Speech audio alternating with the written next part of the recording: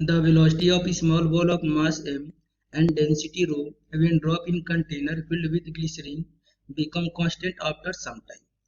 If the density of glycerine is rho by 2, then the viscous force acting on the ball will be.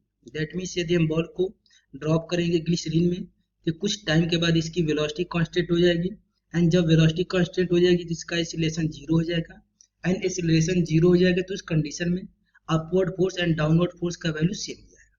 सो हम draw करेंगे इसका free body diagram. सो यहाँ पे हम लिखेंगे free body diagram of ball when it move with constant velocity is given by. जब body constant speed से move करेगी तो बॉडी का वेट लगेगा डाउनवर्ड, एंड वर्टिकल डायरेक्शन में फोर्स लगेगा Fv मतलब विस्कस फोर्स, एंड Fb मतलब buoyancy force, and buoyancy force का वैल्यू होता है volume of liquid displace by body into density of liquid rho by 2 into acceleration due to gravity g. तो इस condition में mg will be equal to viscous force plus buoyancy force. तो यहाँ पर लिख सकते हैं एट इक्विलिब्रियम Fb मतलब बायंसी फोर्स प्लस Fb मतलब viscous force equal to m into g. हमें कैलकुलेट करना है विस्कस फोर्स का value.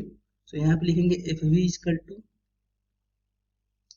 mg minus Fb. m मतलब होता है मास और मास होता है डेंसिटी इंटू वॉल्यूम. तो बॉडी की डेंसिटी है रो, इसका वॉल्यूम यदि हम v एज्यूम करेंगे and acceleration due to gravity g है तो वेट हो जाएगा rho v g minus buoyancy force, and buoyancy force का वैल्यू है v into rho by 2 into g. सकते हैं एफ वी मतलब विस्कस फोर्स. यदि यहाँ से रो जी वी को यदि हम कॉमन निकाल लेंगे तो यहाँ पे बचेगा 1 माइनस 1 डिवाइडेड बाई 2. सो यहाँ से लिखेंगे एफ वी मतलब विस्कस फोर्स, रो वी जी को हम लिख सकते हैं एम इंटू जी. यहाँ बचेगा 1 minus 1 by 2 that means 1 by 2.